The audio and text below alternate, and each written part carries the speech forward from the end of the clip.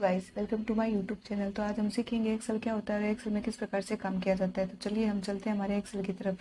ये है हमारा एक्सेल, ये ओपन हो चुका है। हम यहाँ जाएंगे न्यू में और यहाँ अब न्यू के बाद में हम यहाँ जाएंगे ब्लैंक वर्कबुक पे। तो ये देखिए, ये जो हमारा एक्सेल है वो ओपन हो गया है। यहाँ ऊपर ही ऊपर आपको बुक 1 दिखाई दे रहा होगा। इसे हम क्या कहते हैं, इसे हम कहते हैं टाइटल बार, यानी कि इसको टाइटल बार कहा जाता है। उसके बाद में यहाँ ही आपको फाइल, होम, इंसर्ट, ड्रो ये आपको दिखाई दे रहे होंगे। इन्हें हम क्या कहते हैं, इन्हें हम कहते हैं मेन्यू बार। और यहाँ आपको क्लिपबोर्ड, फॉन्ट ये दिखाई दे रहे होंगे। इनको क्या कहा जाता है, इनको कहा जाता है रिबन। यानी कि ये जो आपको क्लिपबोर्ड, फॉन्ट दिखाई दे रहे हैं, इनको हम रिबन कहते हैं। और नीचे नीचे जो आपको शीट 1 दिखाई दे रही है, इस शीट 1 को कहा जाता है, इस शीट 1 को हम कहते हैं स्टेटस बार। ठीक है, यहाँ एक आपको छोटा सा बॉक्स दिखाई दे रहा होगा, इसे हम कहते हैं नेम बॉक्स। यानी कि इसका क्या काम होता है कि हमारा ये जो सर्कल है, जो मैं यहाँ क्लिक कर रही हूँ, ये जो हमारा सर्कल है ये किस जगह पे है, ये हमें यहाँ नेम बॉक्स में शो होता है। और यहाँ आपको एक बड़ा बॉक्स दिखाई दे रहा होगा जिसे हम कहते हैं फॉर्मूला बार। यानी कि हमने कौन सा फॉर्मूला कब और कहाँ यूज किया है, ये सारा का सारा हमें डाटा इस फॉर्मूला बार में दिखाई देता है। यहाँ आपको ये ABCD आपको दिखाई दे रहे होंगे, इन्हें हम कहते हैं कॉलम। और ये जो आपको यहाँ 1 2 3 दिखाई दे रहे हैं, इन्हें हम कहते हैं रो। ठीक है, ये जो आपको कॉलम दिखाई दे रहे हैं, अगर हमें इनकी एकदम एंडिंग में जाना है कि ये एंड कहाँ हो रहे हैं, तो हम कंट्रोल के साथ में राइट एरो को प्रेस करेंगे। कंट्रोल के साथ में राइट एरो को प्रेस करने से हम यहाँ XFD पे आ जाएंगे। ये जो आपको XFD दिखाई दे रहा है, ये XFD ही हमारे कॉलम का एंड है। और अगर हमें वापस बैक जाना है तो हम कंट्रोल के साथ में राइट एरो को प्रेस करेंगे। ठीक है, अब हमें ये देखना है कि ये जो आप में रो दिखाई दे रही है, इस जगह ये हमें जो रो दिखाई दे रही है ना, इनकी एंडिंग का, यानी कि ये कहाँ एंड हो रहे हैं। तो हम क्या करेंगे, अपने कीबोर्ड से कंट्रोल के साथ में डाउन एरो को प्रेस करेंगे। कंट्रोल के साथ में डाउन एरो को प्रेस करने से हम कहाँ पहुंच जाते हैं, 10,48,576 पर। यहाँ 10,48,576 पर पहुंच गए। इसका मतलब जो हमारी रो है उसकी एंडिंग कहाँ हो रही है, यहाँ 10,48,576 पे। अगर हमें वापस ऊपर जाना तो हम क्या करेंगे, कंट्रोल के साथ में अप एरो को प्रेस करेंगे। कंट्रोल के साथ में अप एरो को प्रेस करने से हम वापस ऊपर पहुंच जाएंगे। एक चीज और, ये जो आपको यहाँ छोटे छोटे बॉक्स दिखाई दे रहे हैं, इनको क्या कहा जाता है, इनको हम कहते हैं CELL सेल। अब मैं आपको कट कॉपी पेस्ट बता देती हूँ कि कट कॉपी पेस्ट क्या होता है। मैंने यहाँ पे 4 5 6 7 एक संख्या लिखी है। अब मुझे क्या करना है, इनको सिलेक्ट करना है। तो मैं यहाँ ने इनको सिलेक्ट किया। अब मुझे इनकी कॉपी भी करनी है, इनको पेस्ट भी करना है, इनकी प्रिंट भी निकालनी है। तो हम कैसे निकालेंगे, जैसे कि मान लो मैंने इनको सिलेक्ट किया। सिलेक्ट करने के बाद मैं कंट्रोल C दबाया। कंट्रोल C को प्रेस करने से क्या हो जाता है, इनकी कॉपी हो जाती है। अब हमें जहां भी इनको पेस्ट करना है वहां क्या करेंगे, हम अपना कर्सर लेके जाएंगे। जैसे कि मेरे को यहाँ पेस्ट करना है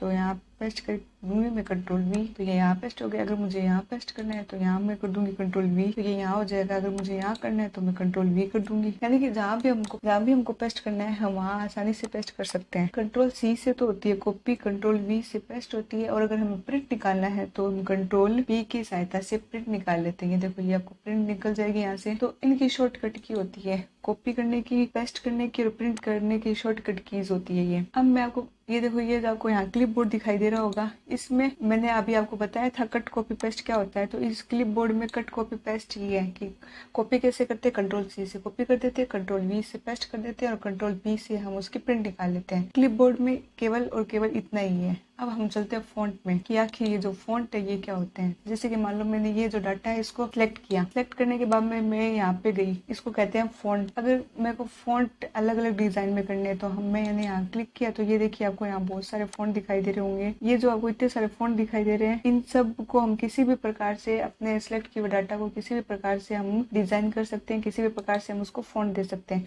यहाँ आपको ये बॉक्स दिखाई दे रहा होगा जिसे हम कहते हैं फॉन्ट की साइज। यानी कि ये हमारी फॉन्ट की साइज को सिलेक्ट करते हैं कि हमें अपनी फॉन्ट की साइज कितनी रखनी है। बाय डिफॉल्ट ये 11 या फिर 12 पे ही होता है, मिनिमम ये 11 पे या 12 पे होता है। यहाँ कंट्रोल B दिखाई दे रहा होगा। इसकी शॉर्टकट की क्या होती है, कंट्रोल प्लस B। जैसे कि ये मेरे सिलेक्ट किया हुआ डाटा है, मैंने यहाँ B पे क्लिक किया। तो B पे जब मैंने जैसे क्लिक किया तो ये जो मेरे सिलेक्ट किया हुआ डाटा है ये क्या हो गया, बोल्ड हो गया। अगर मैंने वापस इसको प्रेस किया तो वापस पहले जैसा नॉर्मल हो गया। अब यहाँ आपको ये I दिखाई दे रहा होगा। आई का मतलब क्या होता है, आई का मतलब होता है इटैलिक। यानी कि इटैलिक मतलब ये जो मैंने सिलेक्ट किया डाटा, अगर मैंने यहाँ आई पे प्रेस किया तो ये देखिए इटैलिक हो गया। इटैलिक होना मतलब थोड़ा सा टेढ़ा हो जाना। इसकी शॉर्टकट की होती है कंट्रोल प्लस आई। कंट्रोल प्लस आई मतलब इटैलिक।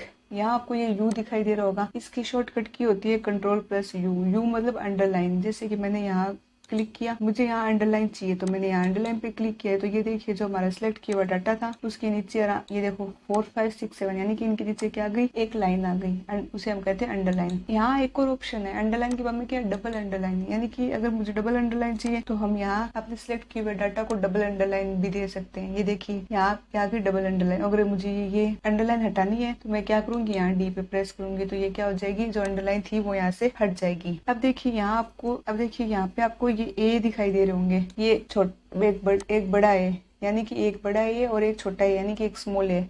इनका मतलब क्या होता है, इनका मतलब ये होता है कि जैसे कि बड़े पे क्लिक करेंगे तो हमारा जो साइज है वो क्या हो जाएगा, बड़ा हो जाएगा, और अगर हम छोटे पे क्लिक करेंगे तो हमारा जो साइज है वो छोटा हो जाएगा। यानी कि इंक्रीज और डिक्रीज, इंक्रीज मतलब बढ़ते रहना, डिक्रीज मतलब घटते रहना। यहाँ पे आपको ये देखिए एक तो बॉक्स दिखाई दे रहा होगा, इस बॉक्स को क्या कहते हैं, ये इसका मतलब होता है बॉर्डर लगाना। इस बॉक्स की मदद से हम क्या करते हैं, आसानी से बॉर्डर लगा सकते हैं। जैसे कि मैंने इस बॉक्स पे क्लिक किया तो देखिए हमारे पास बहुत सारे ऑप्शन आ गए, bottom border, top border, left right border, all border, no border.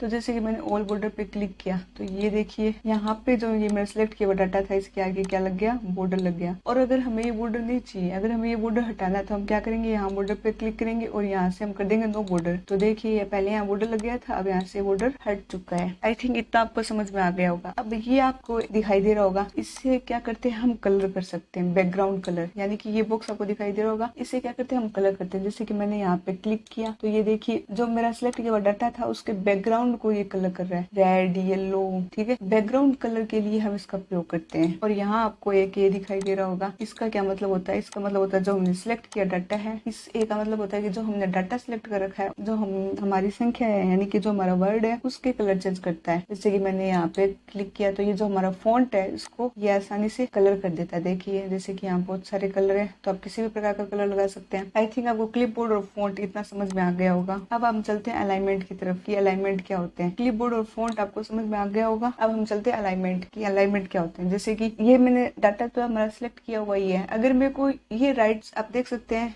देखिए मैं जूम करके दिखा देती हूँ, ये 4 5 6 7 है, ये राइट में। अब हाँ जैसे कि मान लो मुझे ये लेफ्ट में चाहिए तो मैं क्या करूंगी, यहाँ लेफ्ट पे क्लिक कर दूंगी तो ये देखिए लेफ्ट में आ गए। अब न मेरे को राइट में चाहिए, न मेरे को लेफ्ट में चाहिए, मेरे को सेंटर में चाहिए तो मैं यहाँ सेंटर पे क्लिक करूंगी तो ये सेंटर में आ जाएंगे। और अगर मेरे को यहाँ राइट में चाहिए तो मैं यहाँ राइट में क्लिक कर दूंगी। एकदम इजी है, कुछ नहीं है। अगर राइट में चाहिए तो राइट में, अगर लेफ्ट में चाहिए तो लेफ्ट में, और अगर आपको ये सेंटर में चाहिए तो आप सेंटर में भी इसको लेके जा सकते हैं। अब यहाँ आपको ए और बी दिखाई दे रहे होंगे, इस जगह पे आपको ए और बी दिखाई दे रहे होंगे ना। इन ए और बी का मतलब क्या होता है, ये देखो ये ए और बी, ठीक है। जैसे कि मैंने यहाँ ए और बी पे क्लिक किया तो इनको क्या कहते हैं, ओरिएंटेशन, यानी कि हमारा सिलेक्ट किया हुआ डाटा का जो एंगल है, ये देखो एंगल को चेंज करना किसी भी प्रकार से, ये हमारे एंगल को, हमारे सिलेक्ट किए हुए डाटा को किसी भी प्रकार से टेढ़ा मेढ़ा घुमा सकता है, ठीक है। ये देखो, ठीक है। अब हमने इसको नॉर्मल पे कर दिया। इन दोनों बॉक्स का क्या मतलब होता है, ये जो आपको छोटे छोटे बॉक्स दिखाई दे रहे हैं, ये देखो एक का मतलब है राइट यानी कि इंक्रीज, और एक का मतलब है लेफ्ट यानी कि डिक्रीज, यानी कि इंक्रीज होना डिक्रीज होना। जैसे कि ये देखो इंक्रीज हो रहे हैं, ये डिक्रीज हो रहे हैं, ठीक है। आपको अब यहाँ पे वर्ब टेक्स्ट दिखाई दे रहा होगा, ये वर्ब टेक्स्ट है ना, ये बहुत ही इंटरेस्टिंग चीज है। ये देखो ये आपको वर्ब टेक्स्ट दिखाई दे रहा होगा, ये क्या होता है, चलो ये समझते हैं। पहले जो मैंने सिलेक्ट किया हुआ डाटा है इन सबको मैं यहाँ से डिलीट कर देती हूँ। वर्ब टेक्स्ट एकदम इजी है, बस थोड़ा सा आपको ध्यान देना है। जैसे कि एक सेल मैंने सिलेक्ट की और यहाँ मैंने लिखा है राज कंप्यूटर सेंटर। जैसे कि मैंने यहाँ लिखा राज कंप्यूटर सेंटर, तो यहाँ आपको ये दिखाई दे रहा होगा कि ये 3 बॉक्स में आ रहे हैं, ये GHI, लेकिन ये 3 बॉक्स में आपको यहाँ दिखाई दे रहा होगा कि ये 3 बॉक्स में आ रहे हैं। अब इनको मैनेज करने के लिए हम क्या करेंगे, जैसे कि ये देखो ये 3 बॉक्स में नहीं है, ये है केवल एक ही बॉक्स में, ठीक है। तो अब क्या करेंगे, यहाँ वर्ब टेक्स्ट में जाएंगे तो ये देखो राज कंप्यूटर सेंटर जो आपको बड़ा दिखाई दे रहा था, मतलब उसकी सेल आपको जो बड़ी दिखाई दे रही थी, उसे मैनेज करने के लिए हमने क्या किया, वर्ब टेक्स्ट का उपयोग किया। वर्ब टेक्स्ट के उपयोग करने से क्या हुआ, ये देखो ऑटोमेटिक ही एकदम मैनेज हो गया है, ठीक है। अब हम इसको यहाँ से डिलीट कर देते हैं। ये मैंने आपको वर्ब टेक्स्ट समझा दिया। मर्ज एंड सेंटर आपको समझा देती हूँ कि मर्ज एंड सेंटर क्या होता है। ये मर्ज और सेंटर जो आपको दिखाई दे रहा है ना, मर्ज एंड सेंटर किया तो ये देखिए ये मैंने बॉक्स सिलेक्ट किए, मर्ज एंड सेंटर पे क्लिक किया तो ये देखिए यहाँ पे एक ऑटोमेटिक ही, यानी कि यहाँ से जो सेल थी वो यहाँ से गायब हो गई और यहाँ पे एक बॉक्स आ गया जिससे हम कुछ, जैसे कि मान लो हमें कुछ फॉर्मूलाज वगैरह लगाने थे या हमें स्कूल का कोई डाटा था, स्कूल के कोई डाटा की अगर हमें हेडिंग देनी थी, अगर हमने दी थी तो यहाँ मर्ज एंड सेंटर के उपयोग से हम यहाँ दे सकते हैं। मैं यहाँ ये एक और सिलेक्ट करके बता देती हूँ आपको। जैसे कि मैंने यहाँ सिलेक्ट किया और मैं गई मर्ज सेल में, ठीक है। तो अब ये देखो कि पहले मैं समझा देती हूँ कि मर्ज एंड सेंटर और मर्ज सेल में क्या अंतर है। मर्ज एंड सेंटर में मैं गई और यहाँ मैंने कुछ भी लिखना स्टार्ट किया, ठीक है। और अगर मैं इस जगह गई और अगर मैंने मर्ज सेल किया और अगर मैंने यहाँ लिखना स्टार्ट किया, तो आप ये एक चीज आपने नोटिस की होगी कि मैंने यहाँ अगर इस बॉक्स में अगर मैंने लिखना स्टार्ट किया तो मेरा कहाँ से लिखना स्टार्ट हुआ, लेफ्ट से। और अगर मैंने